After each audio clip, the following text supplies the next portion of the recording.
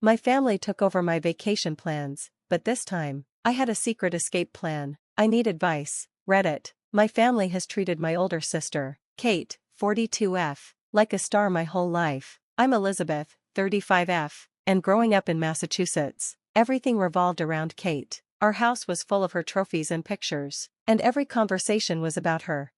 Even on my 10th birthday, my parents forgot to buy me a cake because they were busy with Kate's college applications. They tried to reuse her old graduation cake, her name was still on it. It was always like this. When I made the honor roll in middle school, they barely noticed because Kate joined the debate team. When I won a painting contest in high school, they missed the ceremony because Kate had a college tour. They never celebrated my successes, so I learned to keep them to myself.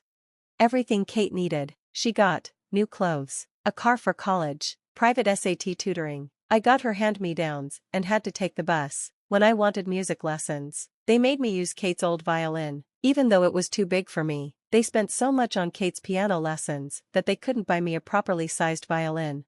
When it was time for college, they paid for Kate to go to a top university. For me, they covered half of my public school tuition and told me to figure out the rest. I worked 2 jobs to get by while Kate got a great job through my parents' connections. The wedding that made things worse. 7 years ago, Kate got married, and my parents spent an entire year planning her dream wedding. They even took out a loan for it. I was expected to plan the bridal shower, bachelorette party, and handle all the little details, on top of working full-time. When I said I was overwhelmed, my mom scolded me. "Don't be selfish, Elizabeth. This is your sister's special time." Then came the twins, and more expectations. When Kate had twins, my parents were overjoyed. Even though they were still paying off the wedding loan, they helped her buy a house. When I needed money for college, they said they couldn't afford it. But now, "This is for our grandchildren," they said. I became the default babysitter. At first, it was just every now and then it became every weekend. If I tried to say no, Kate would cry about how exhausted she was, and my parents would guilt-trip me. When I got a big promotion at work, one that involved more travel, my family didn't congratulate me. Instead, my mom asked, "But what about the twins?" Kate flat out told me, "You can't take that job. Who will help me with the boys?"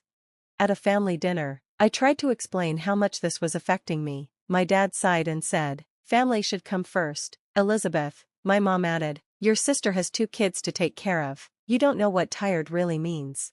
Then Kate hit me with, "You're just jealous because you're still single." My secret escape plan. After another exhausting weekend babysitting, where the twins ruined my laptop and stained my couch, I decided I needed a break. I found a small, peaceful resort in Florida and was so excited. When I mentioned it at dinner, my mom's eyes lit up. "Oh, perfect, we should all go together. The twins would love the beach." Before I could protest, Kate was already making plans. "You can take the boys swimming while Jack and I have alone time," she said, assuming I'd just be their babysitter again. Then my parents offered to upgrade my reservation to a fancy resort, where they would all stay, completely ignoring my original plan, my secret escape plan. Even though this was supposed to be my vacation, my family took over the plans, making everything about what the twins would enjoy. That night, I made a decision that would change everything. Instead of going with them, I secretly booked a different resort on a quiet island. I didn't tell anyone. I started preparing, taking time off work, packing in secret, and making sure I had enough money. I knew it wasn't entirely honest, but I couldn't take it anymore.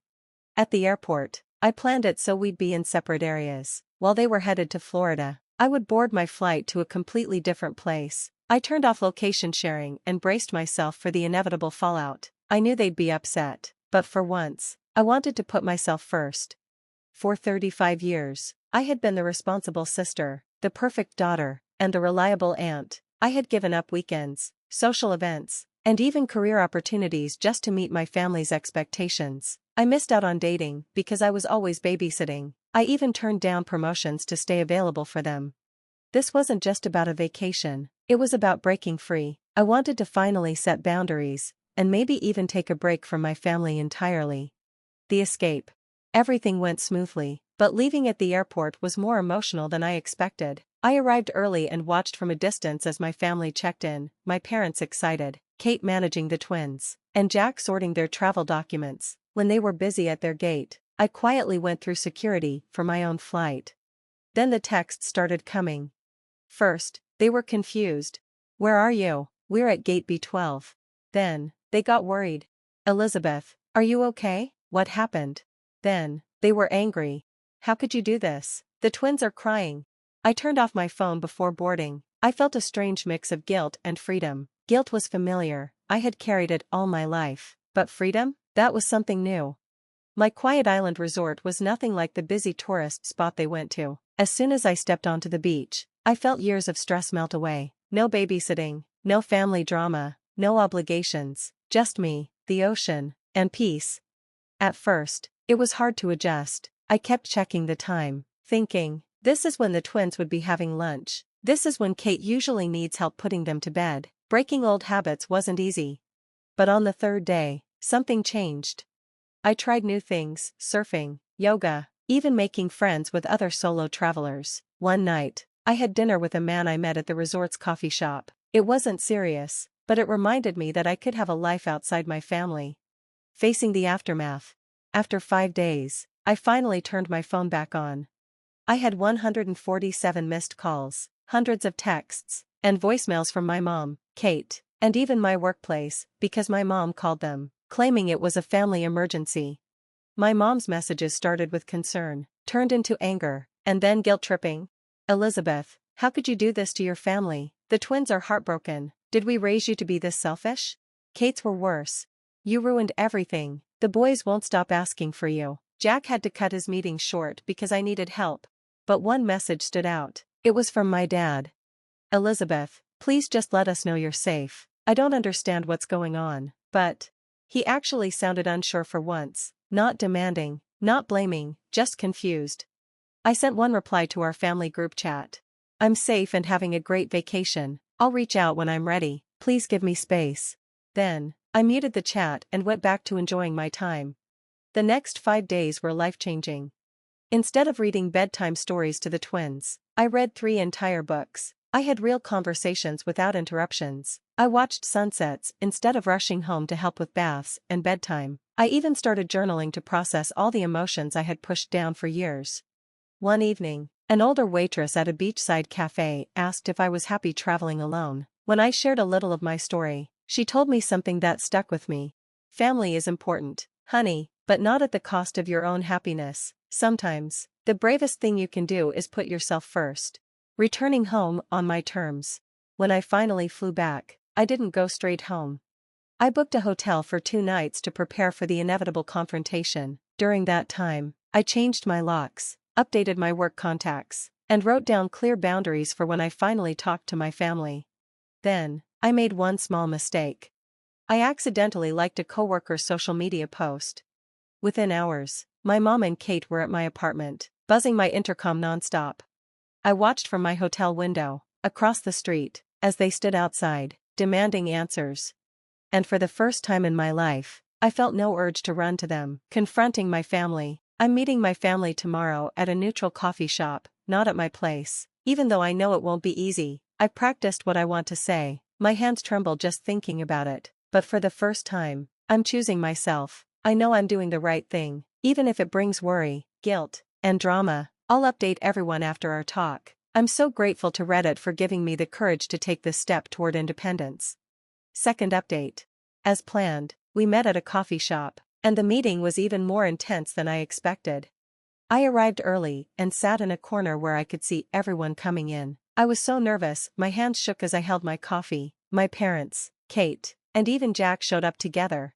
I stood up and said, "I'm setting clear boundaries, and these are not negotiable." What followed was 2 hours of emotional pressure. Kate started crying and said my absence had hurt the twins. My mom tried to make me feel guilty by reminding me of all they'd done for me. Then Jack suggested a compromise where I'd only see the kids every other weekend. For most of the time, my dad stayed quiet. When Kate said, "You're being selfish, family means sacrifice," something snapped inside me. I calmly replied, "Yes, family means sacrifice, but it should be mutual. When was the last time any of you sacrificed for me?" I then shared everything, how I had always been treated as the lesser priority, the unfair financial decisions, and how my time was never considered as important as Kate's. I even showed them my calendar from the past year. with every weekend booked for babysitting and every holiday planned around their needs. When my mom tried to interrupt, saying, "But that's what aunts do," I said, "No, that's what paid babysitters do. And Kate, if you need this much help, maybe it's time to hire someone." After that, my mom and Kate left quickly. Jack stayed and admitted they had taken advantage of me. After a long silence, my dad said, We never meant to make you feel this way." It wasn't a real apology, but it was something. Following our meeting, I put my plan into action. I moved to a different part of the city and got a new apartment. It's smaller than my old place, but it's in a safe building with a doorman who knows my situation. Now, only my work and a few close friends have my updated phone number. Rebuilding my life was hard. I had no true hobbies and very few close friends because I'd spent so long taking care of my family. I started small. I signed up for pottery lessons, joined a local reading club, and began accepting dinner invitations from coworkers that I'd always turned down before.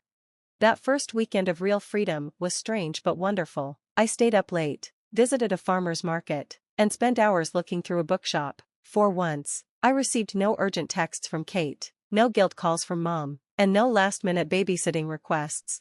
My family's reaction to my move was harsh but expected. Mom even tried to reach me through my work switchboard, though my new job doesn't allow personal calls during business hours. And Kate once visited my office, only to be stopped by security. She later sent a tearful letter saying I had destroyed our family.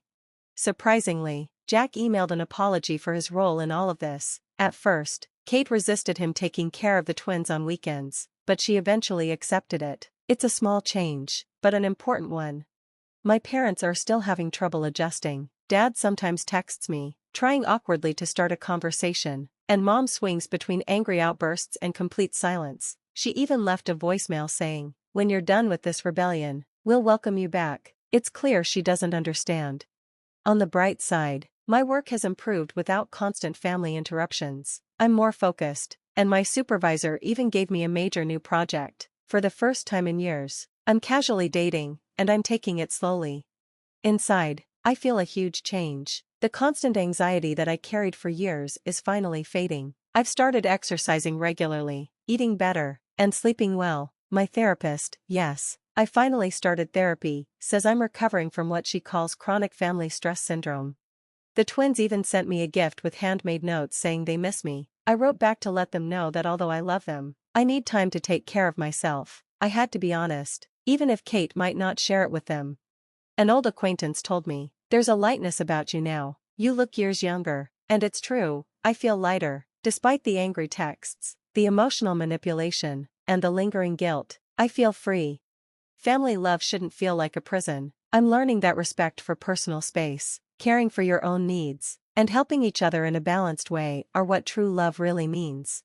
Next week, my new apartment will be 1 month old, and I'm hosting a small housewarming with a few friends from pottery class, my book club, and work. No family, no drama, just people who appreciate me for who I am.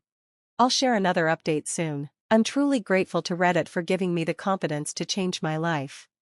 Please leave your comments. We're looking forward to your comments and channel subscriptions. See you in the next video. Thank you for watching till the end.